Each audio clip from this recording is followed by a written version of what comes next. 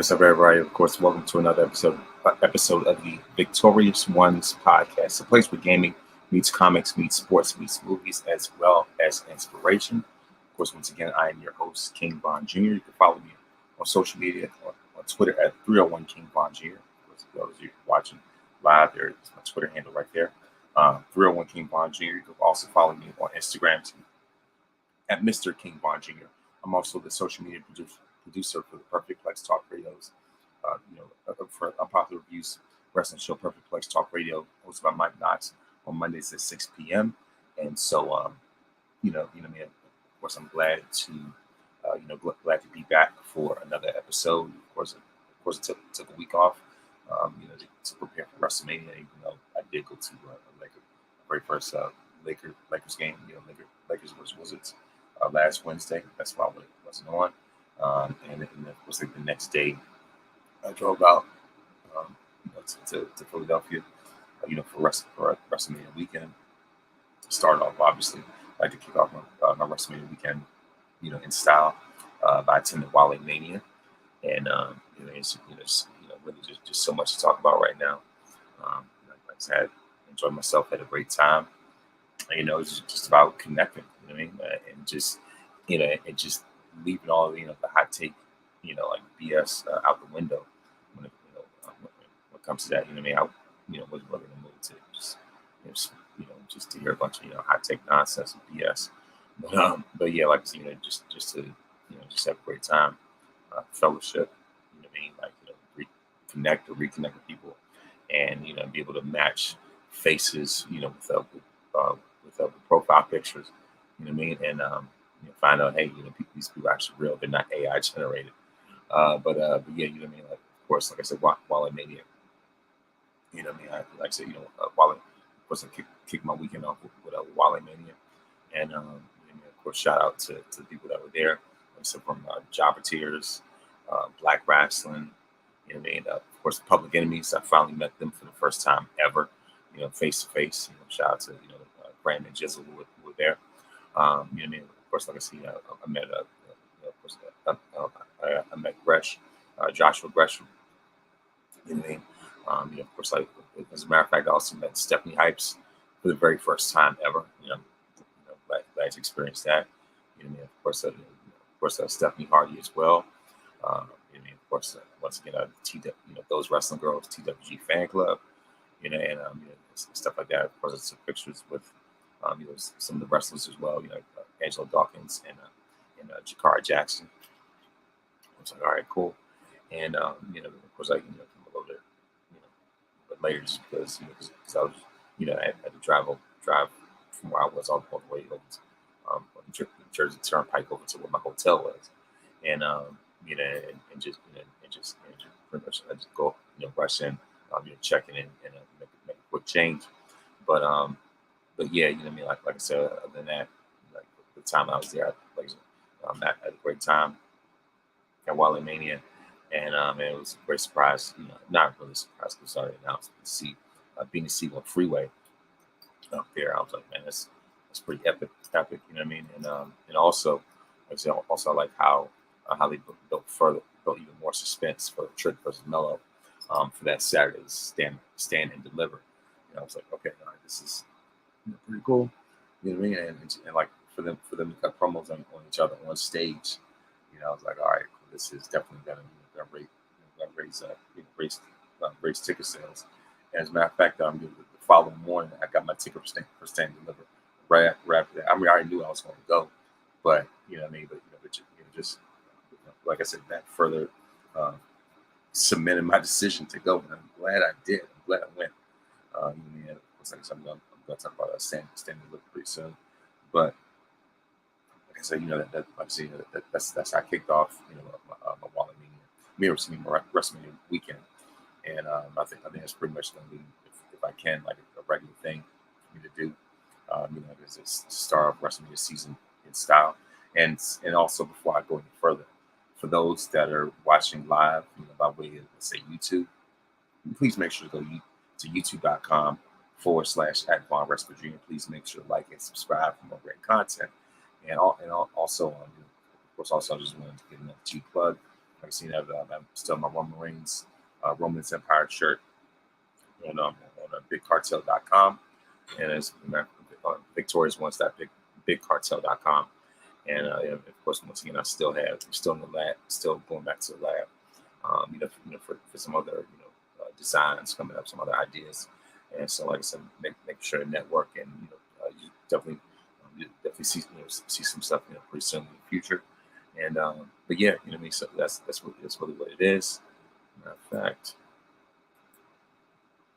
right there you go.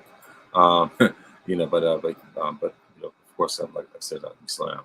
But yeah, like I said, as far as Friday, I went to like I said, as far as Friday, I went to the WWE Superstore. Like I said, yeah, I had a great time. I got, like I said, I got myself got myself a rock shirt. You know what I mean? So as far as that, and like I said, as far like I said, I went to that, and also went to fan access. So I got my ticket, my ticket, or rather WWE World, or whatever. Like I said, I got my ticket to that that same day. Took plenty of pictures. You know what I mean? And I was also in the audience for for the Pat McAfee show when he, like I said, was like what he was interviewing Gunther. You know what I mean? So like I said, as far as that, of course they had they had the line to make your own entrance. I knew that was like super duper long. And of course also went to see the Seth Rollins interview. You know what I mean? So I was like, all right, that's pretty cool. And so of course that's pretty much all I was doing. And then after that, I stopped over at Chickies and Pete's, great restaurant in Philly, South Philadelphia. Excuse me, where they had a ringer wrestling show meet and greet. So it was great to be a part of that.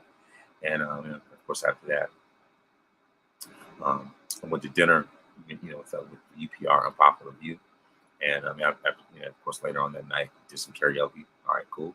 You know what I mean? And of course, shout out to Mike, shout out to Chris, and the rest of the group over the Unpopular Review.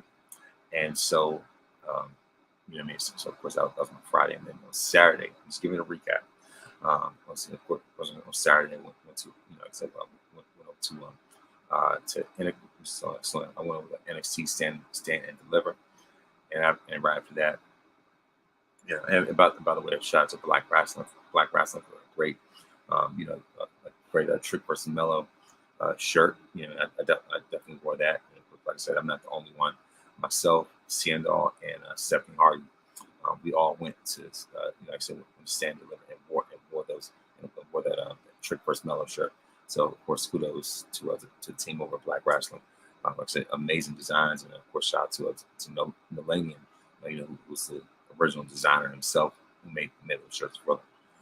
You know what I mean? So of course, like I said, as far as the NXT Stand Deliver, like I said, it was absolutely amazing. And by the way, of course, a Metaphor hosted Stand and Deliver, and they did an absolutely phenomenal job.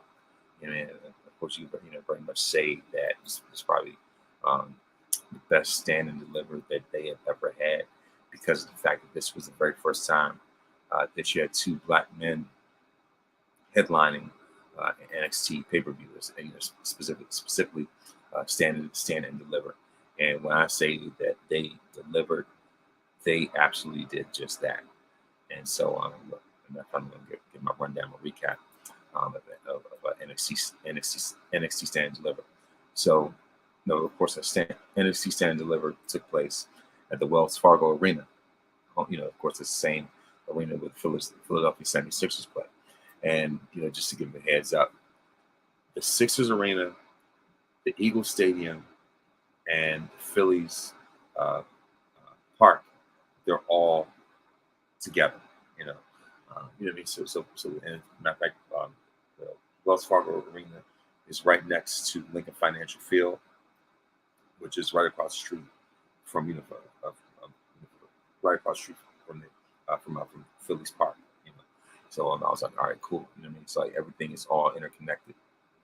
But anyway, like I said, as far as I stand and deliver, like I said, the opening match was Sean Spears versus Joe Gacy, and Joe Gacy defeats Sean Spears by pinfall.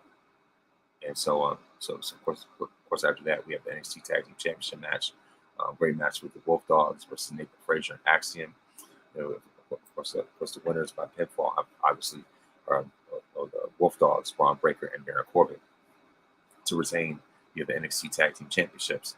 And so, and of course, the thing about it is that I like how, of course, side note when it came to the hosts, I said Metaphor did a phenomenal job. I like how they found ways to pay tribute to the different different feuds or they're going different storylines. Going on in NXT. I was like, all right, like I said, just for the sake of telling the story, and and of course, I thought it was pretty cool that that the Metaphor trolled the Philly fans by wearing Dallas Cowboys shirts. I thought that was pretty funny.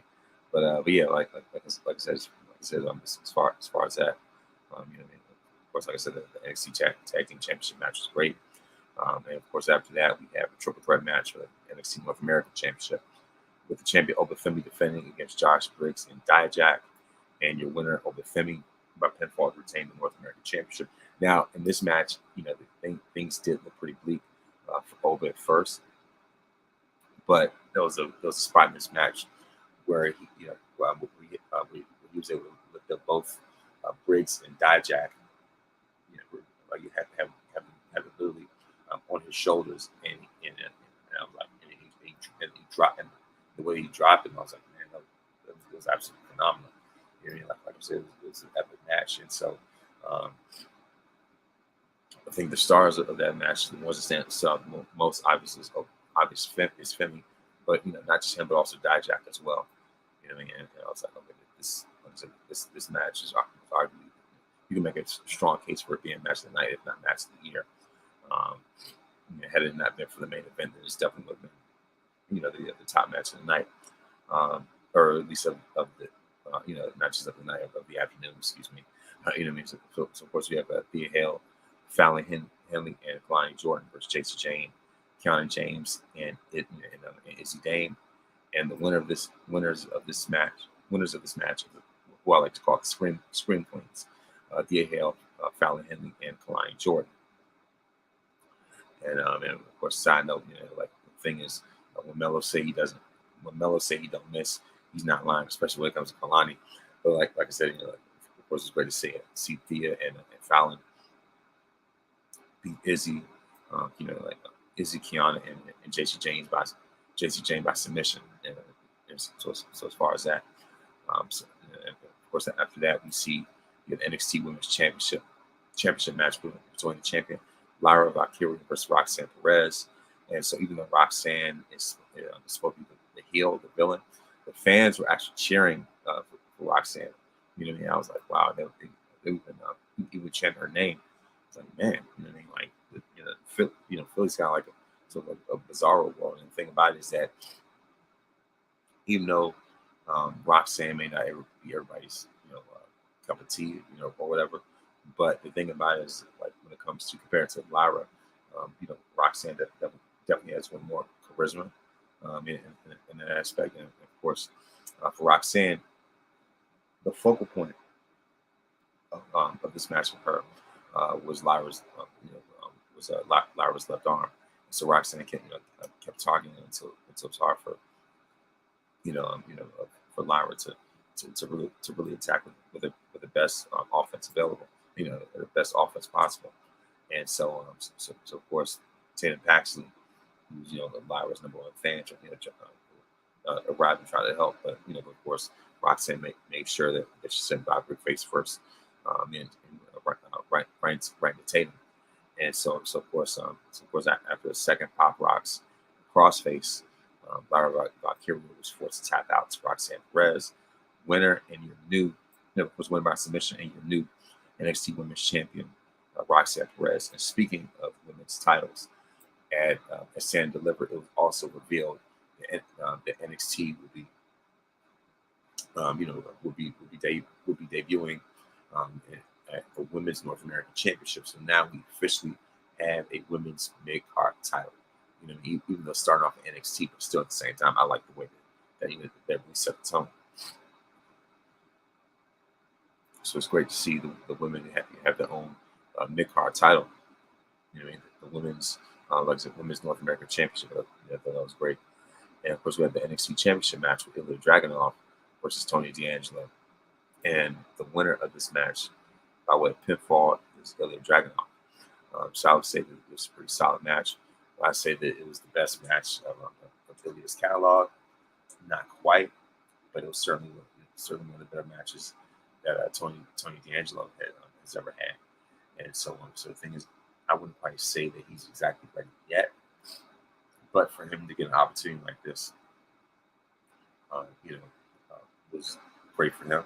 You know what I mean? So of course, it certainly elevates his stock. At least, some, at least to a certain extent, especially as he's going toe to toe with one of NXT's greatest champions of all time. And I'm not just saying that as a person at the moment, but it's absolutely true. I mean, like with the work that with the work that Ilya's putting in, I mean, there's no there's no denial of that. And of course, the thing about it is that the thing about it was that Dragunov's pretty much his weakness during this match was his hand. That was the focal point. And so, the highlight of this match was when Ilya Dragunov, Ilya sent D'Angelo through the announce.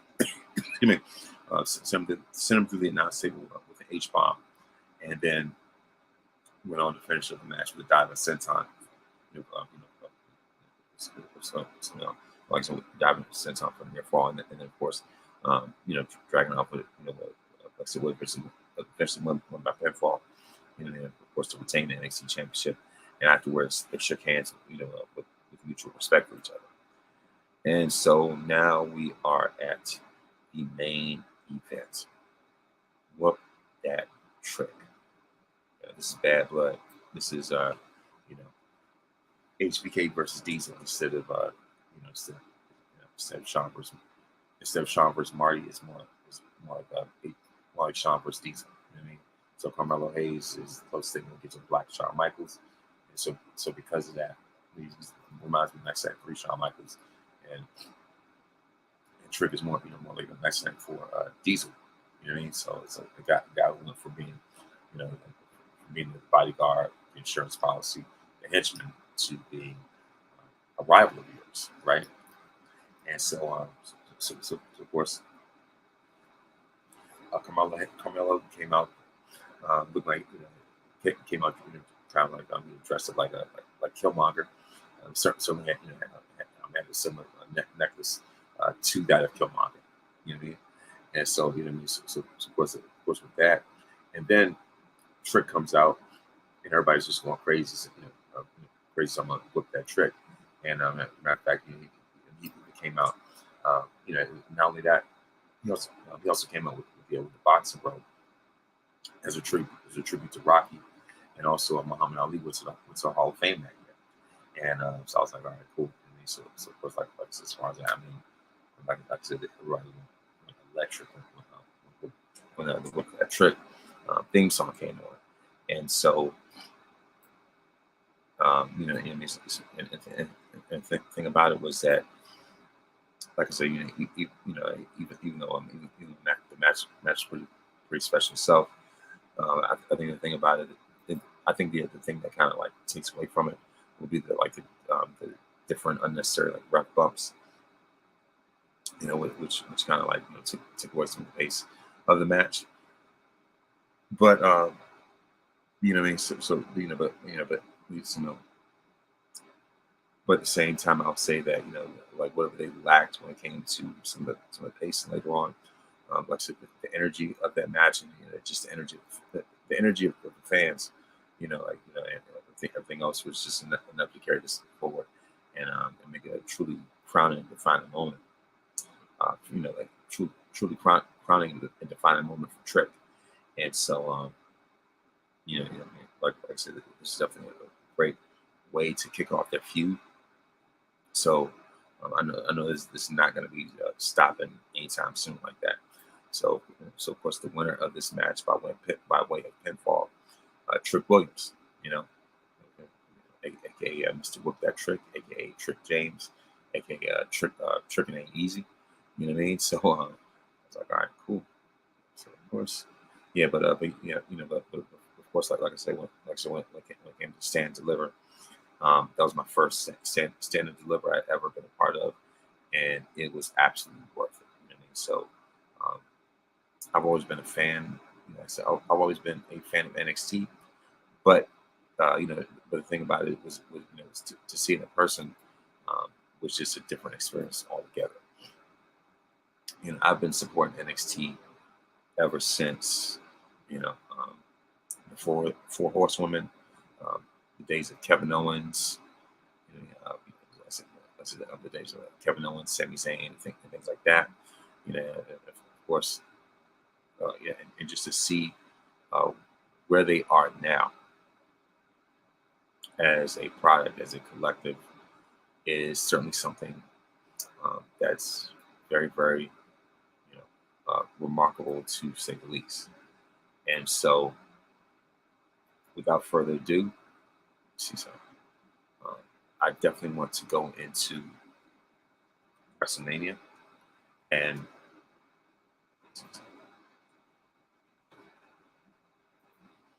of course, WrestleMania 40 took place at Lincoln. Of course, WrestleMania 40 took place at Lincoln Financial Field in Philadelphia. And so of course, um, you know, it kicks off with Coco Jones singing. Coco Jones singing so, uh, Coco Jones singing the national anthem. I'm not getting my words out right now, but yeah, so of course, as far as that, see something, but but yeah,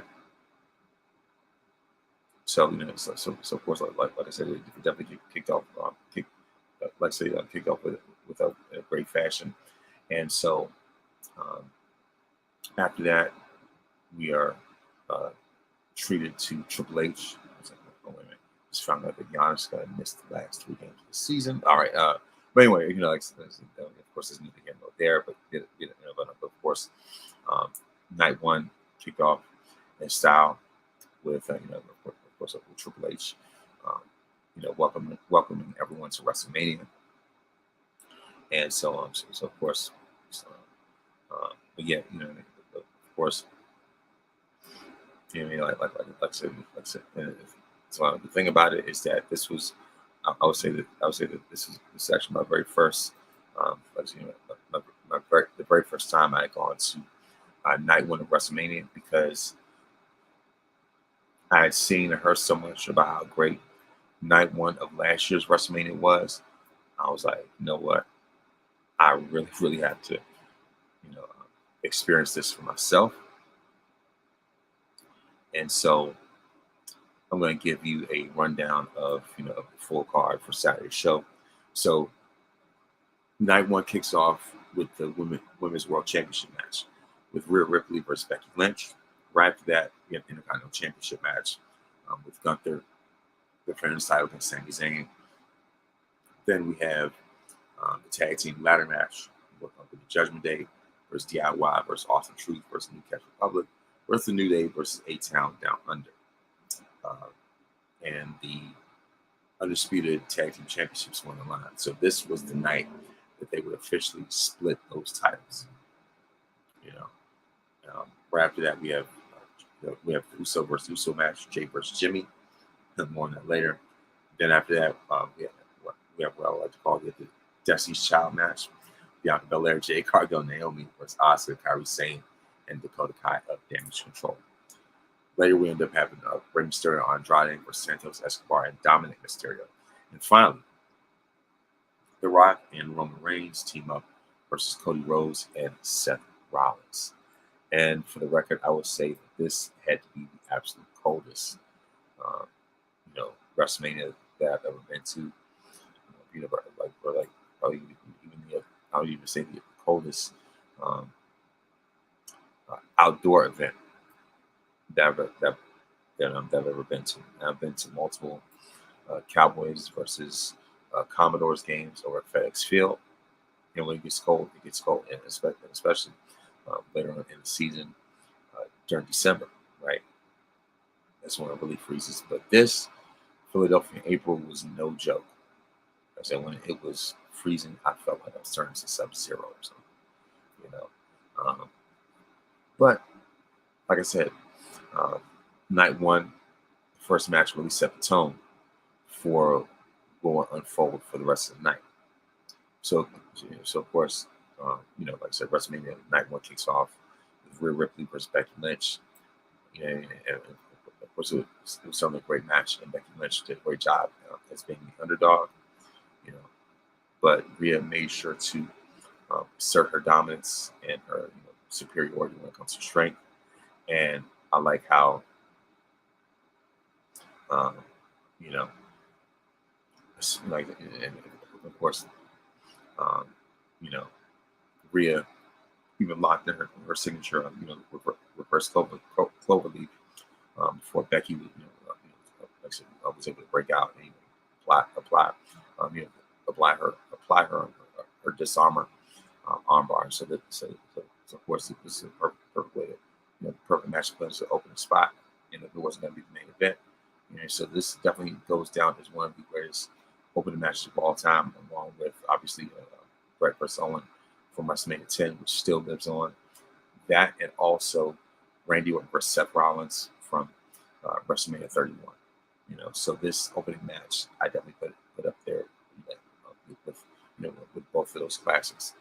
And so they knew, and of course, Rhea and Becky knew how to make the most out of every, like I said, out of every near fall, and and of course out of every big move to sell.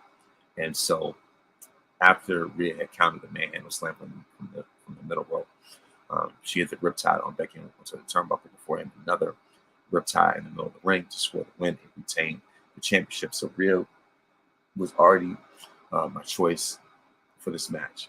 So even though I was, of course, in attendance for the Becky Lynch book signing, great experience, by the way, here in DC.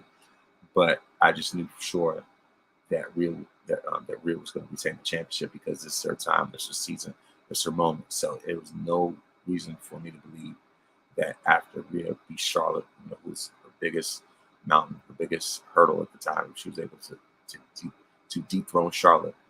There's no reason for me, like I said, there's no reason for me to believe that Becky was the one, would have been the one to dethrone the Eradicator. You know what I mean? But at the same time, she still put up a great fight. You know what I mean? And Rhea retains with Riptide, and so you could tell that Becky Lynch is definitely going to take a break. And just to reevaluate, reassess some things like and whatnot. But everybody's been talking about how they're only 2 months left on Becky's contract, but I don't see her. Even though Mercedes went there, but it's hard for me to see, especially at this point, Becky to go over to AEW, especially since there's still more ground to cover in WWE, and it's just like I don't see a reason for leaving WWE. I could definitely see her, signing a new deal, restructuring her contract, whatever the case may be. But that's neither here nor there. I say all that to say the winner of this match is the Eradicator herself, Rhea Ripley, aka Mommy. But after that, we have a 6-pack ladder match for the tag team championships, and so the winners of the SmackDown tag team titles are A-Town Down Under, Austin Theory, and Grayson Waller. Meanwhile, Awesome Truth became the Raw tag team champions. So Awesome Truth was one of my choices to win one set of tag team titles, right? So far, you could say that as of night one, I become 2-0 when it came to my predictions, so as far as that, and then afterwards, Andrade and Rey Mysterio versus Santos Escobar and Dominic Mysterio. So, so of course at this point, Andrade has already done his face turn.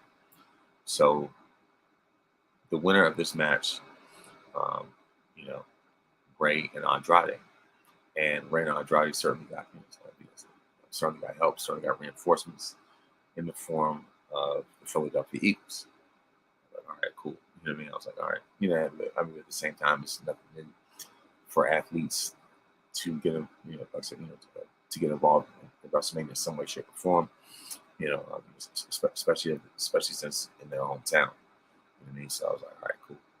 But of course, like just as far as that, the winners of this match, like I said, Andrade and Mysterio.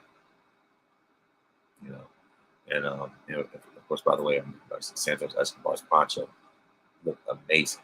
You know what I mean? And so, but we, like I said, it was absolutely elaborate. It was shiny. It definitely gave you Seth Rollins vibes. So, so of course, with all that being said, with those type of matches that elevated the night, got everybody excited. Unfortunately, we are met with a downer. A match that was a straight up dud, and for somebody in WWE to greenlight a match like that, I was like, that's atrocious. That's unexcusable. You know what I mean? And for them to go out like that and just to embarrass themselves, especially with so much,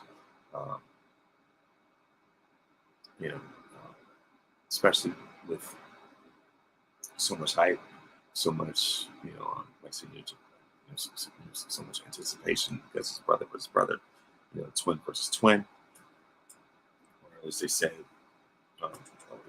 as they say about this match, yeet versus no yeet. You know what I mean?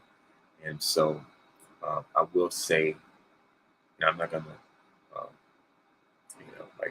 be too long-winded with this. I'm not gonna belabor things even more. But I will say this. When you look at Jay and Jimmy's arsenal, it's a mirror image of each other. 1,000 super kicks, about 500 splashes. You know what I mean? So it's really within their arsenal consistent. Like I said, for the most part. Now, when they're when they're together as a tag team, a lot of stuff is covered up, right?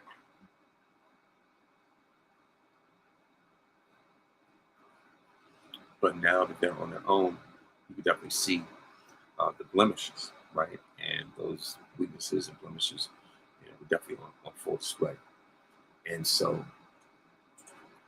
this is one of those things where you expect this match to be better, but not so much. In the end, Jay and of course, in the end, Jay ended up winning, of course, but at the same time, it's just like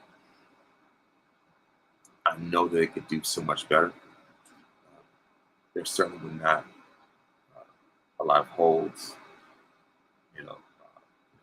things like that.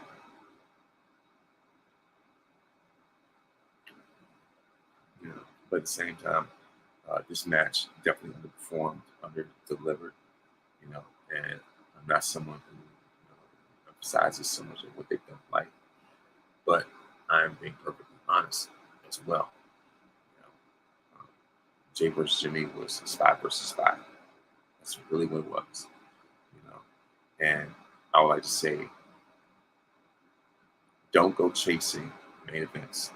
Please stick to the mid cards and tag teams that you're used to. And so if this was a litmus test to check the temperature of where the Usos are when it comes to singles competition, I wouldn't say that they look too great on the litmus test. So this could be a red flag, cause for concern. Who knows? In terms of where they go from here, as far as like singles competition, because I know that WWE 2K is very high on like WWE 2K is very high on Jey Uso to the point where they've given him a 90 higher rating than than even some of the legends in the game. Huh. Oh, man. And of course, once again, by the way, for those that are watching by way of Facebook, like as far as like Facebook Live, this is coming by way of StreamYard. So if you could click the StreamYard link in the bio, so make sure to click that and give Facebook permission to show your name, right? So I'm gonna see if I can just find out who this is.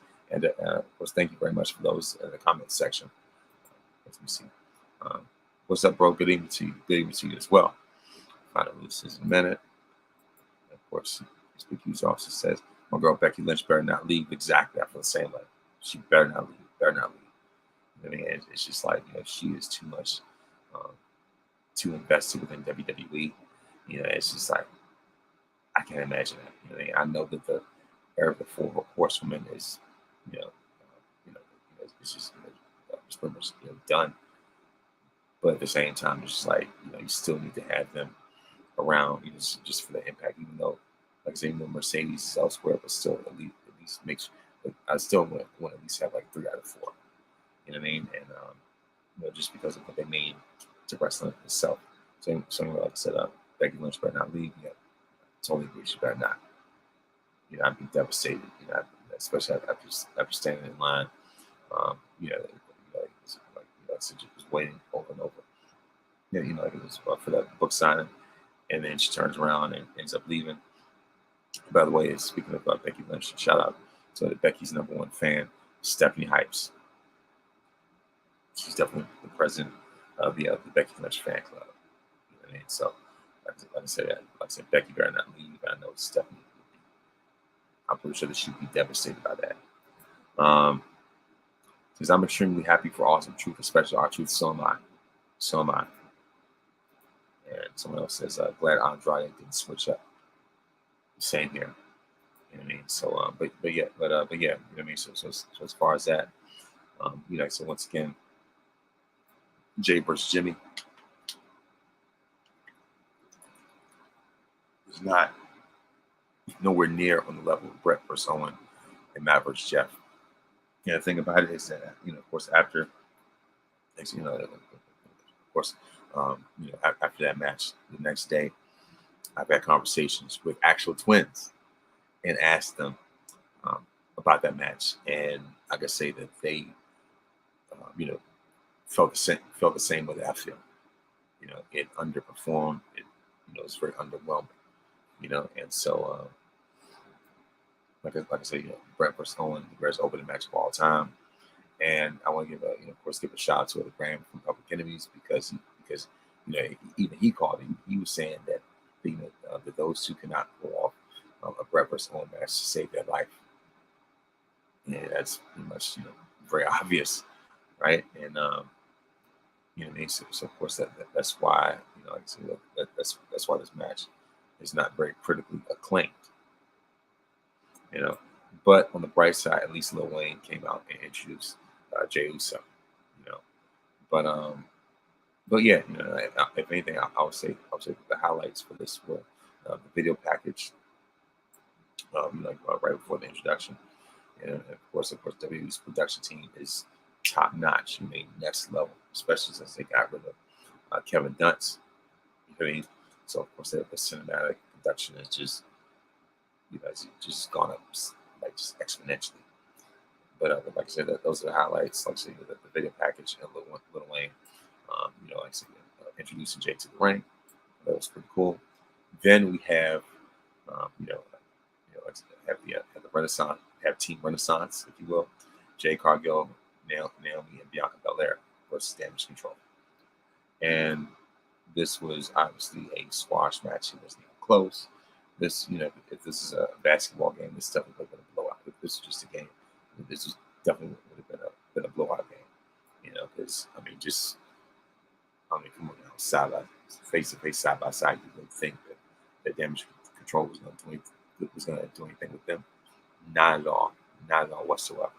You know what I mean? So I would say that Team Renaissance just annihilated them. You know what I mean? And so of course, I do like how. I mean, of course, my favorite part of this was the entrance. It looked like something from a Renaissance concert. You know, um, Jay Cargill, of course, is Storm. You know, with her trademark silver hair. But this time, uh, she had a short hair, which I think was like a standard, like a traditional um, hairstyle. You know what I mean? So I was like, all right, cool. You know, she looked absolutely great, amazing, and all that silver too. You know, like I said, with that, and then all the different tassels on her jacket. You know, and then of course, you had Bianca Belair, you know, and just metallic gold. You know, just straight up gold, like just amazing. And then of course, you had Naomi, you know, with that wide hat, that you know, super wide gold hat. Looked like she had a bunch of infinity stones or whatever. You know, it looked like the hat that Mortal Kombat was. Matter of fact, look, Naomi's hat looked like Kung Lao's hat from Mortal Kombat. All she had to do was just take it off and throw it at somebody, you know, and use it as a weapon. But yeah, like I said, I like the presentation. I like how they came out together, and just the lighting of the house. And this is, like you know, they look like they came from another planet or something. You know, like man, this is epic. This is like top notch. Like you know, just I mean, all three of them talent wise are completely out of this world. You know, I guess that was their version of what was it? That Beyonce song was Alien Superstar, I guess. You know what I mean? Um, but yeah, you know, like I said, as far as the match itself, it wasn't even close. Winners, Team Recognize, you know, of course, yeah, I just said like this, like all three of them were super duper dominant. You know, like I said, the gear, the hair, and the paint just incredible. Because you know, Bianca Belair, you know, you know, of course, like I said, you know, Bianca in her moonsault, you know, all three opponents. Like I said, you know, of course, Bianca and her KOD. You know what I mean? And of course, Jay Cargill with the backbreaker to Kyrie Sane, and just like I said, that's exclamation points to the winner by pinfall. Team Renaissance, as I like to call them. You know, and so yeah, so of course after that we have Gunther versus Sami Zayn for the Intercontinental Championship. Sami Zayn brought the fight to Gunther, you know what I mean? And so initially I picked the ring general, but for Sami to win the way that he did and perform the way that he did, you know, in true underdog fashion and just being relentless, would not be stopped. And I don't think the tide really changed when Gunther started trolling Sammy's, family, his wife and his son. I was like, so as Gunther just got personal and started trolling. I was like, it's over. You know, like he really just opened up a can of worms, opened a Pandora's box because Sammy, was unhinged. He was on the warpath. He was on a mission, and so the winner and the new Intercontinental Champion. He's like a two-time Intercontinental Champion, Sami Zayn. And then finally, we're wrapping up with the tag team match between The Rock and Roman Reigns versus Cody Rhodes and Seth Rollins. And the rules were that if Rock and Roman had won, it would be bloodline rules. Anything goes, any interference, you name it. But if Cody and Seth had won, then no one could be. No one else. That means that no one else could be involved. And I will say that the match in the beginning was kind of dragging. It felt a little long-winded. I don't know if The Rock was trying to, pace himself and just to shake off the ring rust and, whatever the case may be. but eventually, um, the action certainly did pick up. So at first, they all at first they stared down after the bell run for quite a while, you know, right before Seth and Roman decided to start for the teams. And so Roman wasted no time by taking down Rollins rather quickly. And was talking trash about ending this match quickly. And so, so of course, like I said, like of course, Seth Rollins, of course, they say, Cody Rhodes tagged in into things trying to take control, but he found himself just on defensive. That's when he of course, that's when he tagged Rollins back in there, and of course Seth, locked up The Rock for his first match in 8 years, and it's pretty obvious that The Rock easily pushed him down, but Seth Rollins smiled because he had something else up his sleeve as he wrestled The Rock at least for a quick moment, just to warm things up and just like I said, just to get the move, the other move on. And so of course, like the first few minutes were just exchanging and posturing and time, but things ended up picking up on the of course Seth Rollins and The Rock, like I said, Seth Rollins and The Rock. Rollins and The Rock were together in the ring, and so so of course after that, the People's Champ, the original People's Champ, and the visionary Seth Rollins ended up fighting the crowd, but as a matter of fact, The Rock even threatened to fire the referee if the ref started counting. I was like, wow, oof.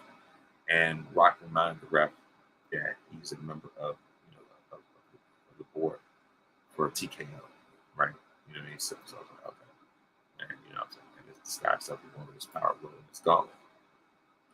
And so so of course from that point forward, moving on, The Rock's started cheating about having to worry about any consequences. So the thing is, we want to make sure that this was a no DQ match, that the ref wouldn't even entertain the idea of counting until it's time to count, to make 3 count.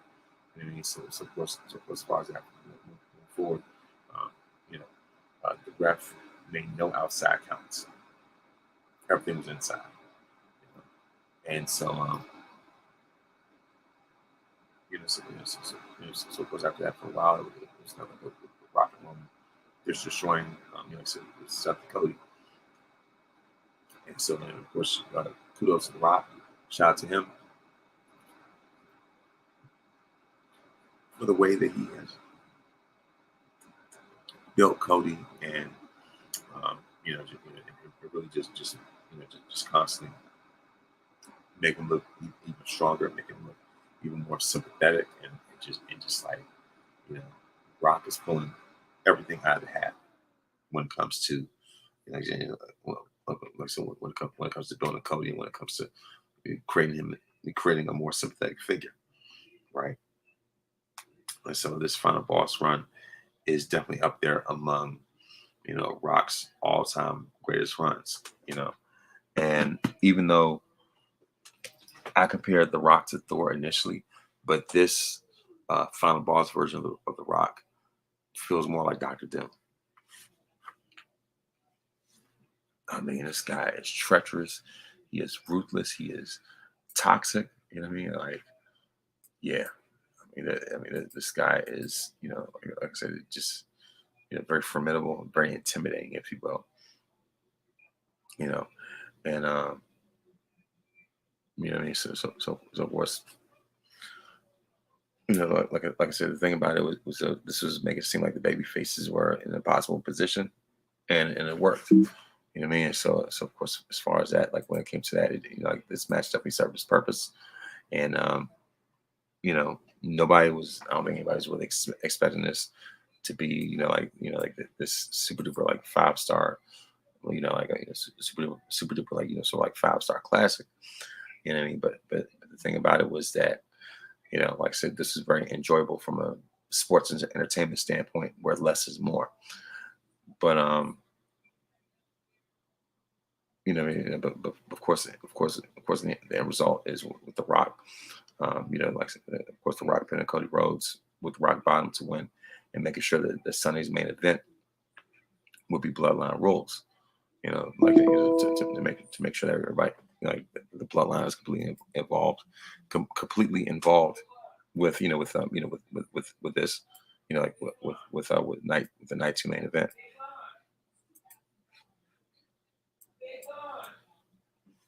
And so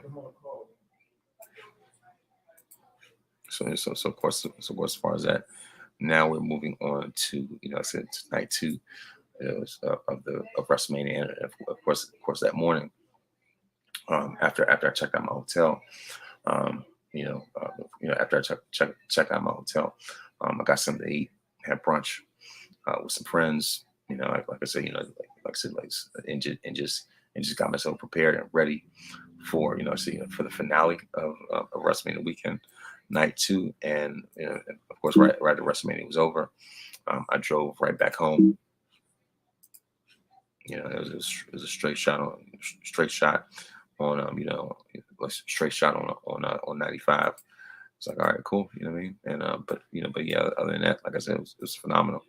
And like so, I was glad that, you know, that parked where I did, so that way I wouldn't have to, you know, pay those super ridiculous parking pass prices just for the sake of WrestleMania, you know. And so, and of course, kudos, shout out to the Chickies and Pete's, Chickies and Pete's shuttle bus. Shout out to Chickies and Pete's shuttle bus that, you know, that was going back and forth, giving people rides to the stadium for WrestleMania. They were definitely the MVPs for that. And you know, and so I'll say it like this: my experience, like I said, my experience on Sunday night was actually better than the one on Saturday night. You know, it's like both going in and coming out. You know, as far as as far as Saturday night, because yes, you know, because of the fact that the escalator was like completely crowded and packed. I ended up having to walk all the way down those stairs. Those stairs feel like, you know, like eternity almost, just about, you know what I mean? And especially when it was a really crowded staircase with a bunch of fans. I mean, you know, that's just chaos in and of itself, you know. And of course, and I will say this: thank God that that the Lincoln Financial staff opened up the door for fans to, for fans to get through. Um, to get through on the club level, right? And so I was one of those people that went through the club level to make my exit. And so so of course, as I went, you know, of course, after as I went in, on that club level, just stop there real quick, like stopping real quick. You just took a little break, just chilled out a little bit, and then of course went about my way on the escalator, and pretty much that was it. You know what I mean? I had a great time. And then night two, like I said, as far as night two, like I said, it was certainly much better. And like I said, like someone saw, it's certainly a better experience when it came from start to finish. And for for night two, I was able to, like I said, I was able to witness the kickoff show, and I did get a Roman Reigns glove set right here. Even though this was Roman's swan song as a champion, but I still definitely want to enjoy that experience. And so, so of course, so the thing about it was that I tried to get another WrestleMania pendant, but they already sold out. So I was like, you know what? Let me go ahead and get that Roman glove. You know what I mean? So I was like, all right, this is pretty cool. And of course, I wore my rock chalk line jacket. That was the only jacket I had. like I say, but other than that, it was still great.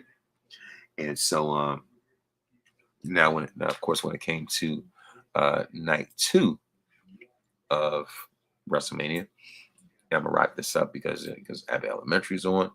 You know what I mean? In software to my class. But yeah, so of course, so of course, it's gonna be the rundown for Sunday's card. Of course, kicked off with Seth Rollins versus Drew McIntyre for the World Heavyweight Championship, followed by Io Sky versus Bayley for the Women's Championship. LA Knight versus AJ Styles. Logan Paul is a triple. Then you have the triple threat match for the United States Championship. Logan Paul versus Randy Orton versus Kevin Owens. Then you have the 6-man tag team Philadelphia Street Fight with the Pride versus the Final Testament. And then last but not least, of course, you have Roman Reigns versus Cody Rhodes for the undisputed WWE Universal Championship. And so as far as night 2 kicks off with the World Heavyweight Championship match, Seth Rollins versus, like I said, Seth Rollins versus Drew McIntyre.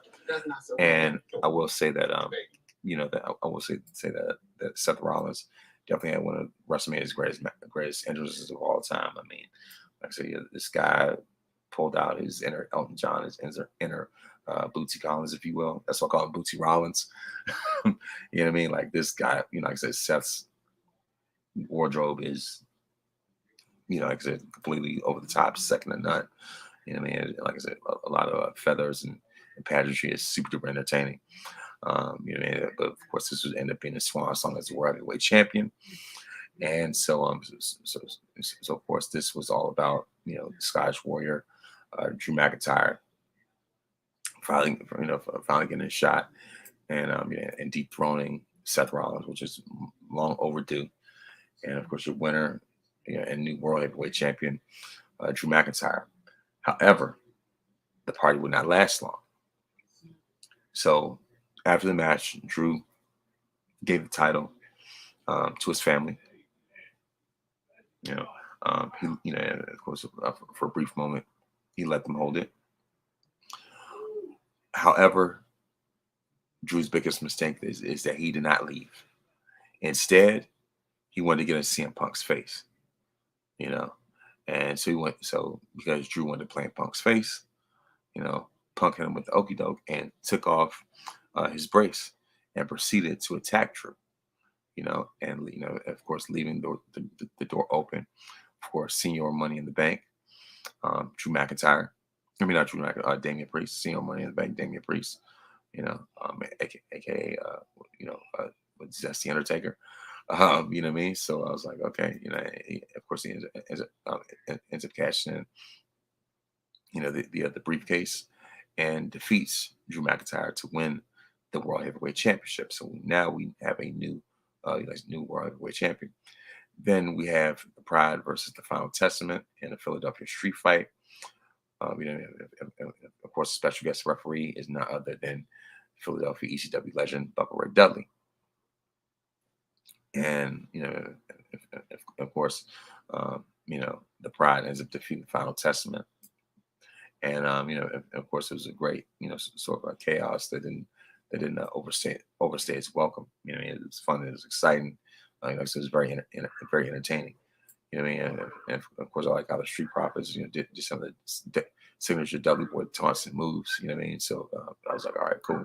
It was definitely a great homage to the Dudley Boys. And matter of fact, Montez even did the classic Devon spin and dance. I was like, man, that was pretty funny. And as a matter of fact, Snoop Dogg was even on commentary, and he was excited. He was in a great mood. And Snoop on commentary is always a plus, And I was like, man, of course, some of the highlights where where Montez almost ended up going over the barricade when he had a dive from the top turnbuckle. B-Fab ended up going through a table, and of course, one of the tables they used broke before they could use it. Of course, the crowd until the guy knew him. Of course, once again, like I said, the winners of this match, the Pride, of course, Street Profits and Bobby Lashley, B-Fab. So those are the winners of that match. And of course, this is the on-site match between LA Knight and AJ Styles. And the fact that they were even fighting at media day, I was like, man, this is definitely on site, you know. And of course, on this recent episode of SmackDown, where where LA Knight tried to break into AJ Styles' home, a la Pillman's got a gun, with Stone Cold was trying, Stone Cold was trying to break into Brian Pillman's house, and the way the cameras follow, the way the camera crew follow Austin, like episode of Cops, and I was like, they definitely took a page out of this, that, and also the Triple H, and also Triple H breaking into Randy Orton's house, and like this was about the Triple H when Randy Orton out the house, through the window. Like I said, this definitely reminded me of that. Definitely gave all those vibes, and AJ Styles definitely embraces the inner dark side, and of course, LA Knight is super duper popular, and so what I mean. So of course, the winner of this match, LA Knight. Then after that, we have a triple threat US title match with Logan Paul, Kevin Owens, and Randy Orton. And I will say that this match is super entertaining, especially Randy Orton. Especially with the way that Orton beat up KSI. And you can tell him and KO cannot stand influencers. You know what I mean? I was like, okay, at least they have that one thing in common. The fact that neither one of them like Logan Paul in the first place. You know what I mean? And of course, I do like how Orton reversed powerbomb into an RKO. However, Logan Paul ends up retaining the title by pinning KO. I'm gonna wrap this up, just for elementary. Of course, after that we have a women's championship match. Like so, as far as Io Scott versus Bayley, and the winner of this match, well deserved, is Bayley. It's great from start to finish. So it's great to see the golden role model. To become the new, become the new WWE women's champion. Well deserved. And so, so of course, it's like, all right, cool. Like I said, it was a great interest from Bayley's part, and so you can definitely see Samantha Irvin's emotion, show up in real time, and work throughout this weekend, even during the cold, and the people that don't like that, that don't like seeing her show emotion, are just a bunch of losers, and get over it. You know what I mean? So I was like, all right, great that Samantha Irvin has been doing her job. She's phenomenal. And this match itself, was great as well. The winner of this match, Bayley. And last but not least, Roman Reigns versus Cody Rhodes for the undisputed Universal title. And like I said, they definitely raised the bar with this. And it's just like looking back on it now, you can definitely tell that this was, like I said, this was Roman's swan song. It was time for him to give it up. It's time for him to relinquish the crown, and I'll say Roman's definitely kept carrying it long enough. Like I said, carried that belt with honor. You know what I mean? And like I said, someone who definitely carried it. Like I said, carried this brand on his shoulders. With honor, with greatness, and what I mean? It's like I said, and there's nothing to regret about it. You know what I mean? Like, it was a great ride while it lasted.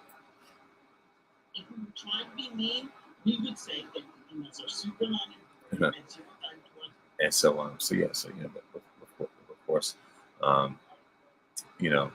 despite this match being on the Bloodline rules, Roman and Cody worked through. They definitely worked a very standard match.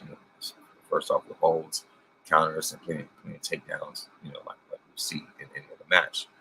And so, once Roman was sent to the ring, Cody decided it was time to pull out a table, and then Reigns, in a drive-by drop kick and put the table back up the ring, just to make the crowd angry. And so of course, like during the match, they used weapons, parts of the set, anything else they could find that would create some type of damage. And by the way, this is even better than a tag match. on Saturday. It wasn't as convoluted. Even though there were a whole bunch of interferences later on. From Jimmy, Jay, Solo, John Cena, The Rock, and even The Undertaker. So it was great to see. Like I said, it was great to see those cameo appearances. You know what I mean? And so I was like, man, this was, and of course, last but not least, Cody. Like I said, even in spite of especially with The Rock being the final boss and the Undertaker's choke slam, in spite of all that, Cody finally hit up Roman, with three straight crossroads to finally defeat and dethrone the tribal chief. And so now Cody's story is finished. I was like, man, congratulations to him. So overall, I would give this weekend a WrestleMania an A. I would give it about 4.5 out of 5. Roman Reigns Universal titles. If I could really name. For 5 and under, please step forward. What I mean? So as far as that, like I said, when it came to this, I was thoroughly impressed, even in spite of the cold weather. So I will say that, like I said, overall it was a great WrestleMania. I like I said, thoroughly enjoyed myself, and so of course I'm like I said, thank you to those that follow me on social media, and of course it just my play-by-play day by day recap. And so of course I'm getting ready to finish up this top 40 WrestleMania match countdown, and it's time for me to re-release my 50 greatest wrestlers list, because I saw what Bleacher Report did, whatever. You know what I mean? So I guess it's time to press the detonator button when it comes to that. You know what I mean? So I'm not gonna go into that whatsoever. And side note, I will say that this recent episode of X-Men 97, they raised the bar like never before. You know what I mean? But of course, like I said, that's my recap of WrestleMania weekend, and I'm looking to do another article as well about my WrestleMania experience. And so, of course, like I said, thank you very much for watching, and may you have a great night.